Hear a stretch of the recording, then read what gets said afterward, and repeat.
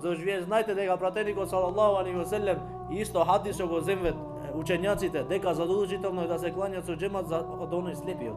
Што отиде кај пратеникот салаллаху алейхи ве селем, му рече: "Ја Расулуллах, немам водич кој да ме води за да дојдам в џамија." И патот му беше опасен и не гледаше.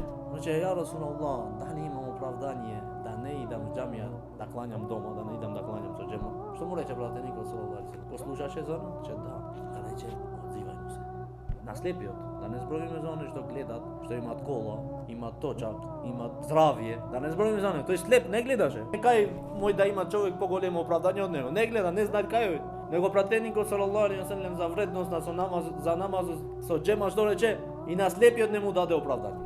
А во друго предание стои: "Не наоѓам оправдување за тебе." Не најдам оправдување за тебе. Што спомнал тој? Куќата далеко. Во патот имат опасност, дури имаат животни, мој да имаат кучиња да го нападнет. Немаат водич, слеп, не гледат, немаат водич. Пратеникот салаллаху алейхи ве селем вели: "Го слушаше за него?" Да, немаат оправдание за тебе. И затоа некои од учењаците ги имаат однесено дека оние што кланјат дома немаат намаз. Со овој